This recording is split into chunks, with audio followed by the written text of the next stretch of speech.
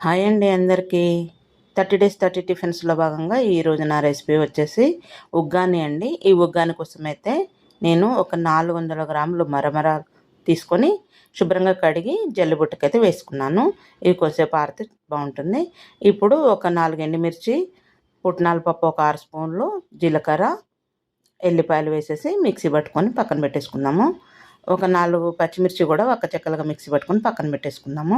ఇప్పుడు కళాయి పెట్టుకొని సన్నగా నూనె వేసుకొని సన్నగా తరిగిన ఉల్లిగడ్డ, కరివేపాకు, ఆవాలు, జీలకర్ర, కొంచెం ఒక స్పూన్ శనగపప్పు వేసేసి అవి వేగాక పసుపు కూడా వేసేసి ఒక 2 టమాటాలు అయితే వేసేసి ఇప్పుడు ఇందాక చెక్కలు చేసుకున్న పచ్చిమిర్చి పేస్ట్ కూడా వేసుకొని ఉప్పు వేసుకొని ఒకసారి కలిపి మూత పెట్టుకుంటే టమాటాలు తొందరగా ఉడికిపోతాయండి.